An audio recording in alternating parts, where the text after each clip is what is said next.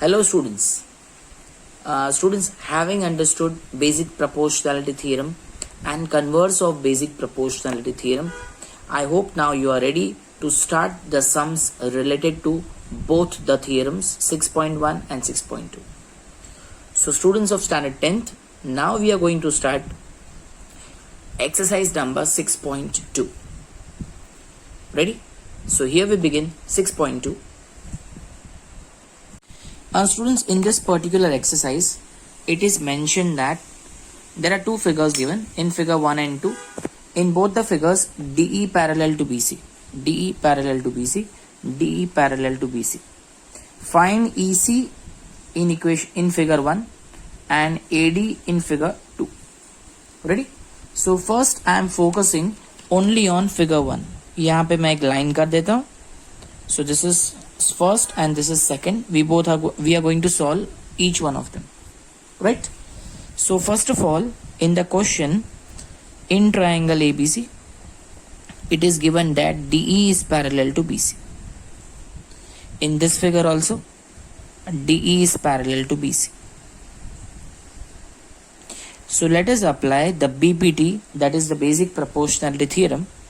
So DE और BC, आपको ये चेक करना है DE AB के कौन से दो पार्ट्स बना रहा है. सो AD and DB and here AE and EC. So the ratios are equal. It means AD upon DB equal to AE upon EC.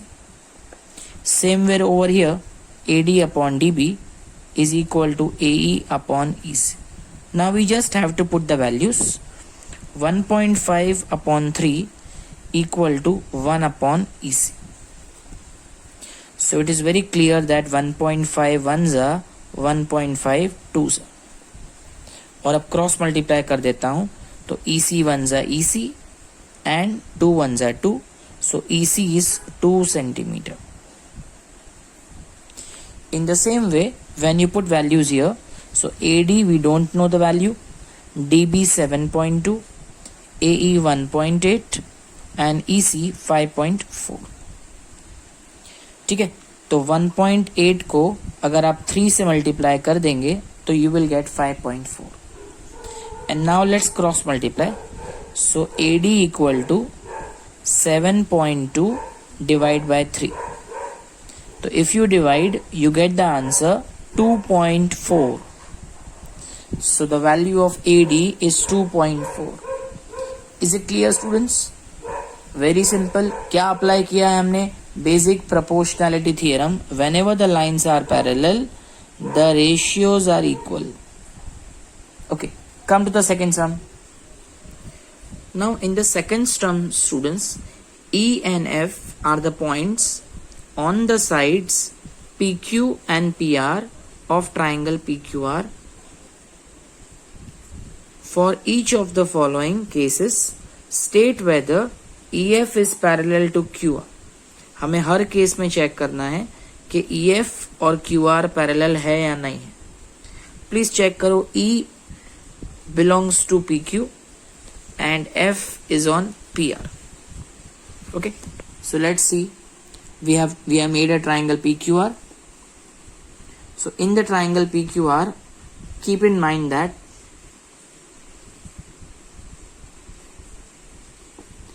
please keep in mind that E is on PQ and F is on PR. Now we have to check whether EF and QR are they parallel. उसके लिए we have to see the values. PE 3.9, next EQ 3 centimeter, then we have PF 3.6 centimeter and FR 2.4 centimeter. ठीक है, तो students lines तभी parallel हो सकते हैं when ratios are equal. तो पहले आप रेशियो फाइंड करो PE upon EQ. So that is 3.9 upon 3, that will be 1.3. And now you find PF upon FR. So PF upon FR equal to 3.6 upon 2.4. अब दोनों को हम 12 से डिवाइड कर लेते हैं. 12 3 एंड 12 2. ठीक है. So 3/2, the answer is 1.5. Is that clear to students? अब students ये दोनों ratios equal हैं क्या? Are both ratios equal? No. And because both the ratios are not equal, that's why we will say that, what you will say? You will say that EF is not parallel to QR. हाँ, अगर दोनों की value same आती तो हम कह सकते हैं they are parallel. PE upon EQ और PF अपॉन FR अगर इक्वल आते then we can say they are parallel, but in this case the lines are not parallel because the ratios are not equal. Okay, so this is question 2 first. Now coming to second. Now figure will remain the same, only the values are different. P, Q, R, E and F. Now let's see what are the values. The values are PE 4 centimeter, QE 4.5, PF 8 centimeter and RF 9 centimeter. Confirm students? Chalo, let's start. So again begin with the same thing now here. First you find PE upon EQ. Let's find out PE upon EQ. ये होगा 4 upon 4.5. Point को मैं remove कर देता हूँ denominator से. So 5 9s are 5 2s are. So 8 upon 9. This is PE upon EQ. In the same way, now I am finding PF upon FR. That is also 8 upon 9. So here you see students both are equal. And because both are equal, then the lines are parallel. So the ratio PE upon EQ is equal to PF upon FR. And therefore, EF is parallel to QR. Is it easy students? In the same way, now we are starting the third sum. Now students, in this third case of question 2, values मैंने already note कर दी है. So PE is given 0.18. So first of all मैं EQ find कर लेता हूँ.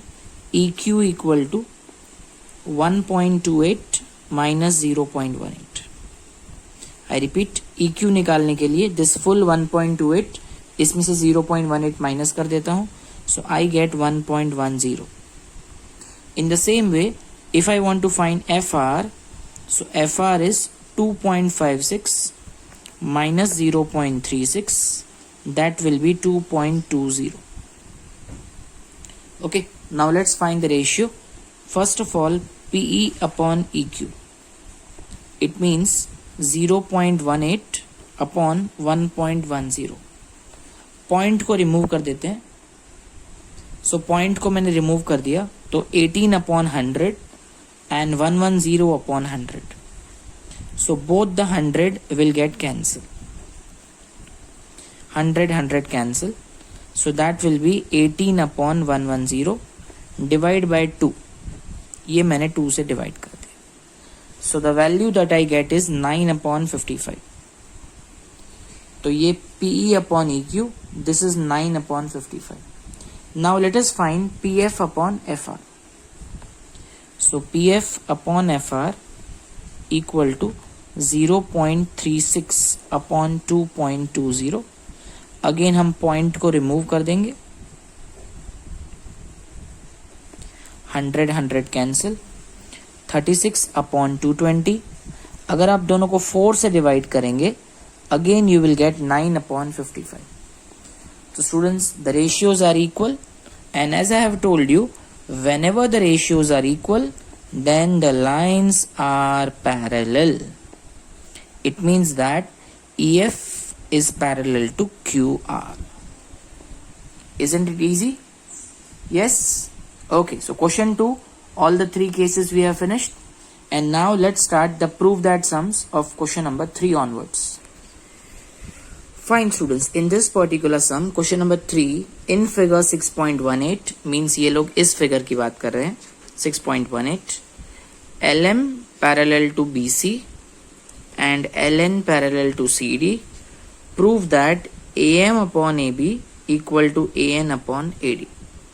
So students पहले please ये figure draw कर दीजिए and write down what is data and what is to prove. So here I have made the figure for you, and in this figure the data is LM parallel to BC, LN parallel to CD, और ये हमें prove करना है. So students always start with data. In data first of all it is given LM parallel to BC, LM parallel to BC. तो हम किस triangle की बात कर रहे हैं?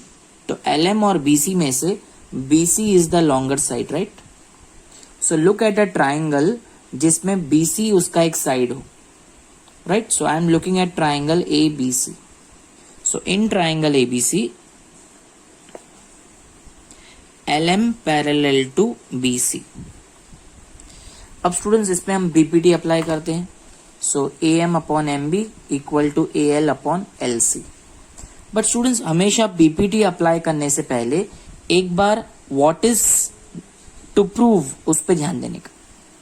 टू प्रूव में AM अपॉन MB नहीं है, AM अपॉन AB है. Please check.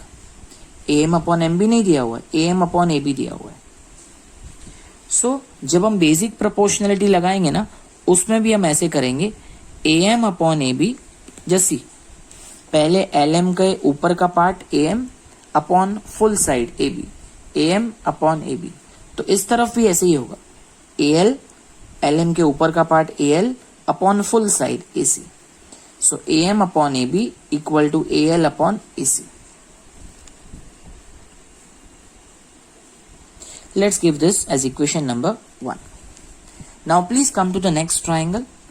So in triangle ADC, अब स्टूडेंट्स इस ट्राइंगल में चेक करो, क्वेश्चन में दिया हुआ है LN parallel to CD.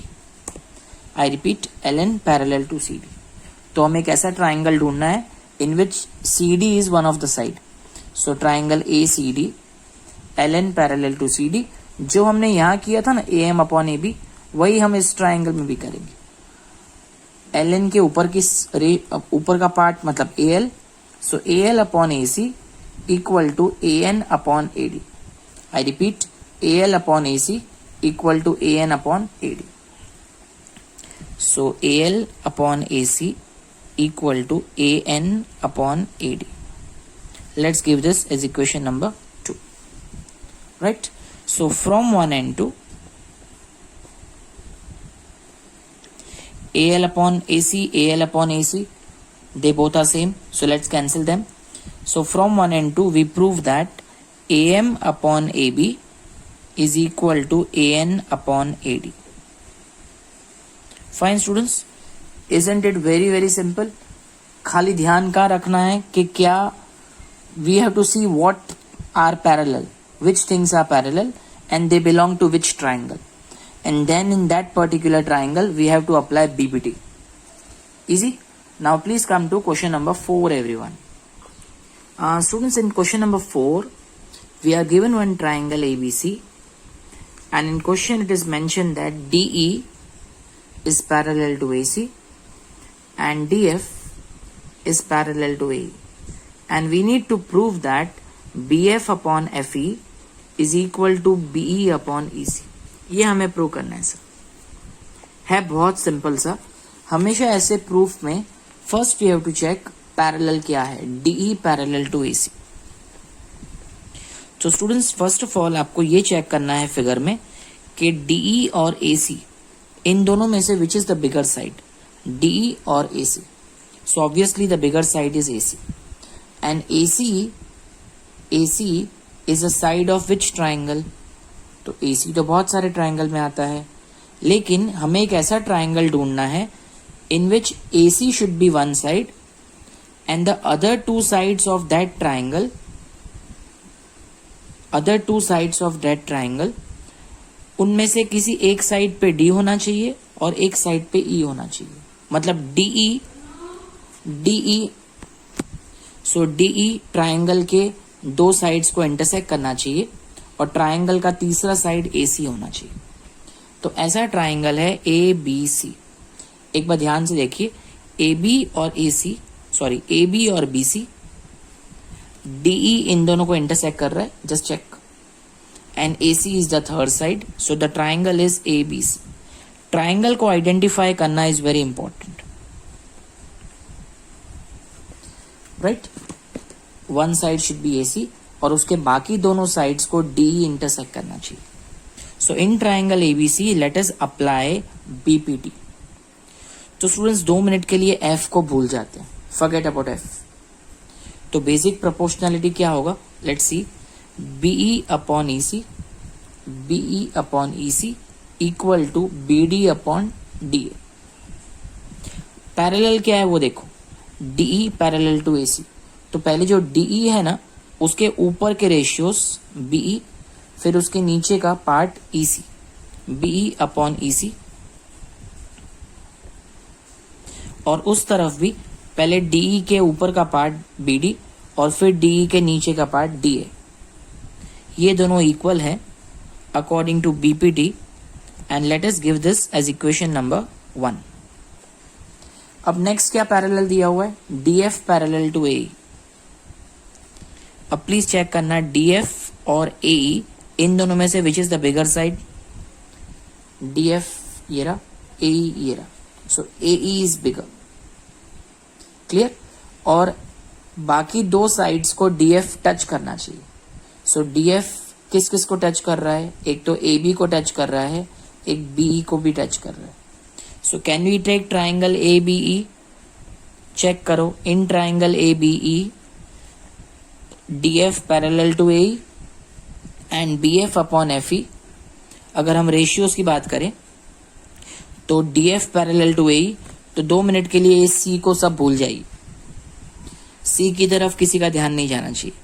So DF parallel to AE, so DF के ऊपर का पार्ट BF और DF के नीचे का part FE. So BF upon FE is equal to BD upon AD. Again bracket में हम लिखेंगे BPT and let us give this as equation number 2. So from 1 and 2, see BD upon AD हम दोनों में से कैंसिल कर देंगे, BD upon AD cancel. So what remains with me, BE upon EC is equal to BF upon FE. और students यही हमें prove करना है, hence proved. Easy sir. Okay, in the same way, now let's go on to question number 5. In question number 5, the textbook says that in figure 6.20, DE is parallel to OQ and DF is parallel to OR. Show that EF is parallel to QR. Okay students, please focus here. पहले जैसे मैं आपको बताता हूँ, first we have to focus that which things are parallel. So DE parallel to OQ is given. So let's mention first that DE is parallel to OQ. Students, वही चीज जो मैं आपको हर बार रिपीट करता हूँ, which is the bigger one, DE और OQ. Please check, DE बड़ा है कि OQ बड़ा है, obviously OQ बड़ा है. और एक ऐसा और ऐसी दो साइड्स ढूंढनी है DE जिसको इंटरसेक्ट करना चाहिए. सो चेक करो DE किसको इंटरसेक्ट कर रहा है, एक तो PO को, D intersects PO and E intersects PQ. So let us take triangle POQ. So in triangle POQ, DE parallel to OQ, let's apply the BPT. So PD upon DO equal to PE upon EQ bracket BPT, equation number 1. Now students, go to the next triangle. अब एक ऐसा triangle select करो जिसमें DF parallel to OR होना चाहिए. तो पहले आप खुद ढूंढिए in which triangle DF is parallel to OR. Find out in which triangle DF is parallel to OR. So triangle का नाम है POR. So in triangle POR let us apply basic proportionality. PD upon DO equal to PF upon FR.